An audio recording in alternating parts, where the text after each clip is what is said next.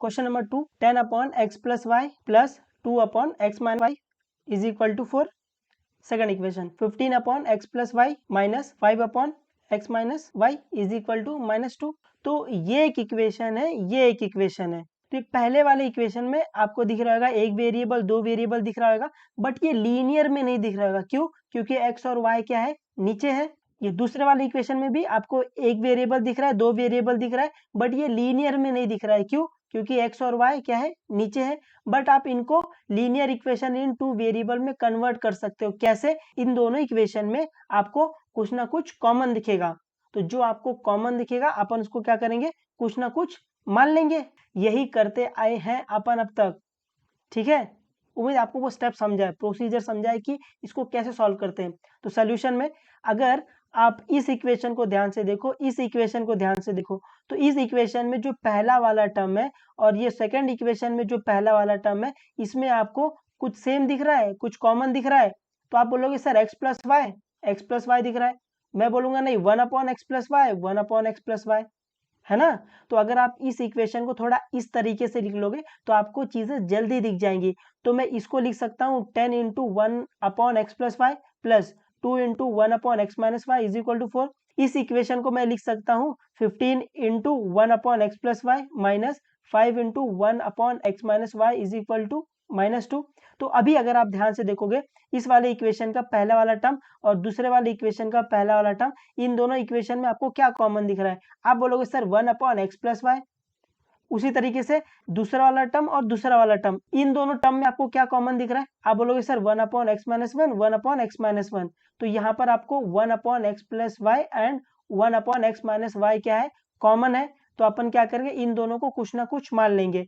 तो यहाँ पर put 1 upon x plus y is equal to m, है ना। इसको अपन ने m मान लिया है and 1 upon x minus y इसको अपन ने n मान लिया है। तो ये इक्वेशन क्या बन जाएगा, ये इक्वेशन बन जाएगा 10m, है ना, इसकी जगह m लिख देंगे। तो 10m plus 2n is equal to 4। तो वी गेट, ये पहला इक्वेशन। दूसरा इक्वेशन क्या बन जाएगा, 5m minus 5n is equal to -2। तो दूसरा इक्वेशन क्या बन जाएगा, 15m minus 5n is equal to -2। तो अभी अगर आप इन दोनों इक्वेशन को ध्यान से देखोगे तो आपको क्या दिख रहा है, एक वेरिएबल, दो वेरिएबल, कांस्टेंट इधर उधर चलेगा, तो ये क्या है, लीनियर इक्वेशन है इन टू वेरिएबल। ये भी एक वेरिएबल, दो वेरिएबल, कांस्टेंट इधर उधर चलेगा, तो ये भी क्या है, linear equation in two variable.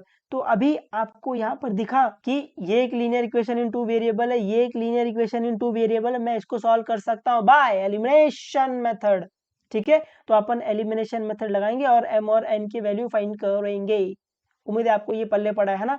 इसमें मैंने आपको पहले बताया जो इंपॉर्टेंट पार्ट है वो ये वाला फर्स्ट पेज जो है वो बहुत इंपॉर्टेंट है। आपको ये आ गया, बाकी जो आगे हम लोग करने वाले हैं उसमें तो सिर्फ वो एलिमिनेशन का गाना चलेगा।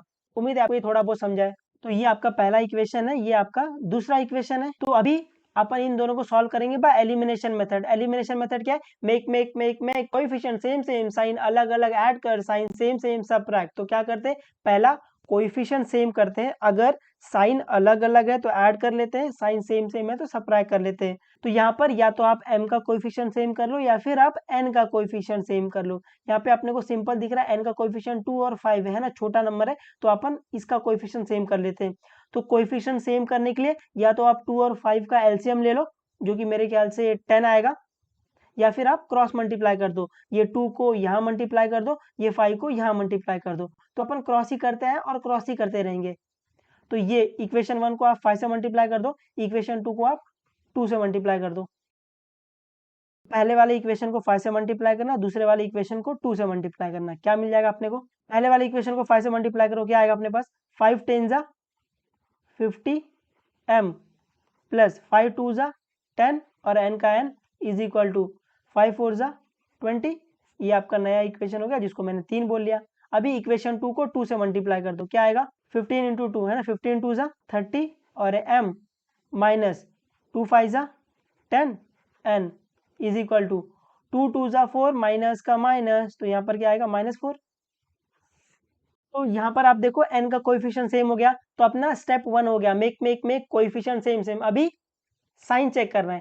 साइन अगर अलग अलग है तो ऐड करना है, साइन सेम सेम है तो क्या करना है, सबट्रैक्ट करना है। तो यहाँ पर जो कोएफिशिएंट आपने सेम किया है उसकी साइन देखना है। तो इसकी साइन क्या है, प्लस है, और इसकी साइन क्या है, माइनस है। तो साइन क्या है, सेम सेम है या अलग अलग है, प्लस माइनस, साइन क्या है, अलग अलग है। तो अपन क्या करेंगे, ऐड करेंगे।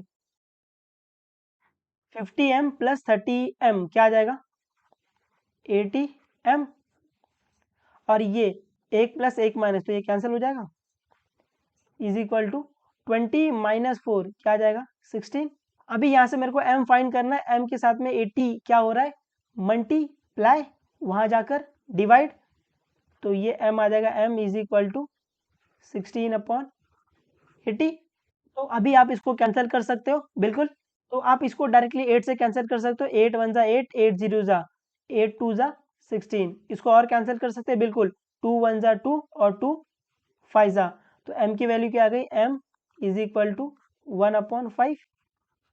तो जैसे आपको m की वैल्यू मिल गई, अपन तुरंत n की वैल्यू फाइंड कर सकते हैं, है ना। ये अभी put m is equal to 1/5 in equation, कहीं पर भी 1 2 3 और ये 4, है ना। ये चारों इक्वेशन में से आप m की वैल्यू कहीं भी डाल दो, आपको n मिल जाएगा। तो जो भी इक्वेशन आपको सिंपल दिखता है वहां डाल दो। तो मैं सिंपली यहाँ पे पहले वाले में डाल देता हूँ, ठीक है। तो यहाँ पे लिखेंगे put m is equal to 1/5 in equation 1।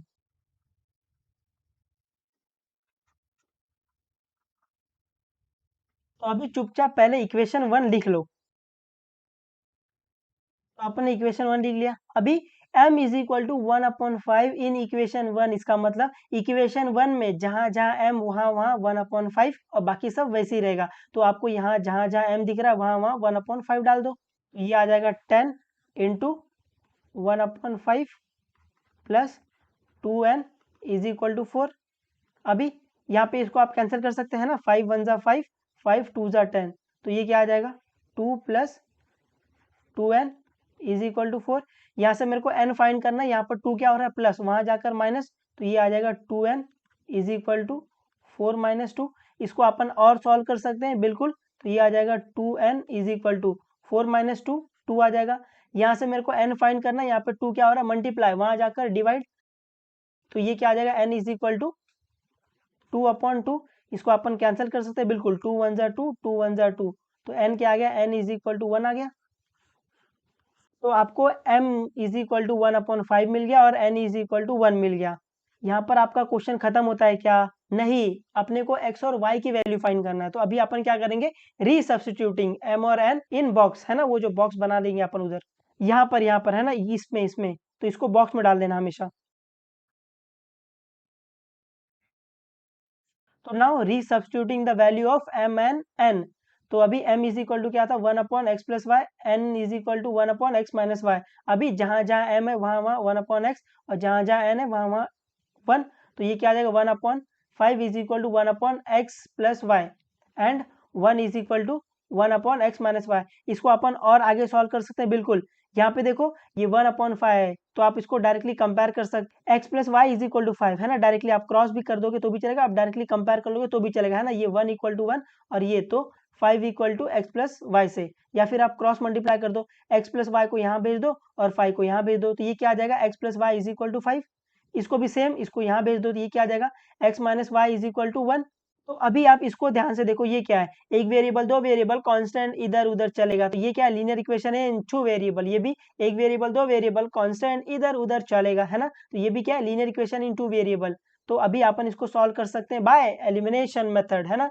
अपन को इसको और आगे सॉल्व करना पड़ेगा, तो अपन को x और y की वैल्यू मिलेगी, ठीक है। मैं ये बिल्कुल मान रहा हूँ, ये सम थोड़े बड़े बड़े होते हैं, बट आप लॉजिक से करोगे, आप क्या करोगे, पेपर को चीर फाड़ डालोगे, है ना। यहाँ से आपको ये समझा। अभी इसको x और y फाइंड करने के लिए आपको ये वापस से सॉल्व करना पड़ेगा बाय एलिमिनेशन मेथड। तो इक्वेशन 3, इक्वेशन 4, इसको अपन सॉल्व करेंगे by elimination method. Elimination method क्या है, make coefficient same same, sign अलग अलग ऐड कर, साइन सेम सेम सबट्रैक्ट। तो यहाँ पर आप देख रहे हो, x का कोएफिशिएंट 1 है, x का कोएफिशिएंट 1 है, कोएफिशिएंट सेम है, y का कोएफिशिएंट 1 है, y का कोएफिशिएंट 1 है, तो क्या है, कोएफिशिएंट सेम है। तो अभी आप कोई भी कोएफिशिएंट ले लो, काम चल जाएगा, क्योंकि दोनों कोएफिशिएंट सेम है। तो यहाँ पर मैं y ले लेता हूँ। तो यहाँ पर अपन y को कैंसिल करना है, तो अपन ये ले लेते हैं। तो y की साइन क्या है, प्लस है, y की साइन क्या है, माइनस है। साइन क्या है, साइन अलग अलग है, तो अपन क्या करेंगे, ऐड कर देंगे। यहाँ पर अपन ऐड कर देंगे, तो x प्लस एक्स क्या आ जाएगा, 2x आ जाएगा, और ये प्लस वाई माइनस वाई, ये क्या हो जाएगा, कैंसिल हो जाएगा। और 5 + 1 6 आ जाएगा। यहाँ से मेरे को x फाइंड करना है और यहाँ पे 2 क्या हो रहा है मल्टीप्लाई, वहाँ जाकर डिवाइड, तो ये क्या आ जाएगा x = 6/2। इसको अपन कैंसिल कर सकते हैं बिल्कुल, 2 1 ज़ा 2, 2 3 ज़ा 6, तो x की वैल्यू क्या आ गई, x = 3 आ गया। अभी y फाइंड करने के लिए x की वैल्यू इक्वेशन 3 या इक्वेशन 4 कहीं भी डाल दो, तो अपन क्या करेंगे, पुट x = 3 इन इक्वेशन 3 में डाल देंगे। आप 4 में डाल देना, कोई दिक्कत नहीं है ना, या फिर 4 में डाल लो, कहीं भी डाल दो, कोई दिक्कत नहीं है। तो अपन डालेंगे x = 3 इन इक्वेशन 4, इक्वेशन 4 ले लो। तो अभी इक्वेशन 4 चुपचाप लिख दो। इक्वेशन 4 क्या है, x - y = 1। तो x = 3 इन इक्वेशन 4, मतलब इक्वेशन 4 में जहाँ जहाँ x वहाँ 3, तो ये क्या आ जाएगा 3 - y = 1। यहाँ से मेरे को क्या फाइंड करना है, y फाइंड करना है। यहाँ पे 3 क्या हो रहा है प्लस, वहाँ जाकर माइनस, तो ये क्या आ जाएगा -y = 1 - 3। इसको अपन और आगे सॉल्व कर सकते हैं बिल्कुल। 1 - 3 क्या आएगा, -2 आएगा, है ना, sign of the bigger number, तो ये आएगा -y = -2, ये माइनस माइनस कैंसिल, तो y क्या आएगा, y = 2, है ना। इजी सम है ना बहुत, आपने एक बार लॉजिक पकड़ लिया, आप मचा डालोगे एकदम। x, y क्या आएगा 3, 2, x = 3, 2 is the solution of the given simultaneously equation, है ना। आप ये नहीं लिखोगे तो भी चल जाएगा, आप इसको लिख दोगे तो भी अच्छी बात है, ठीक है।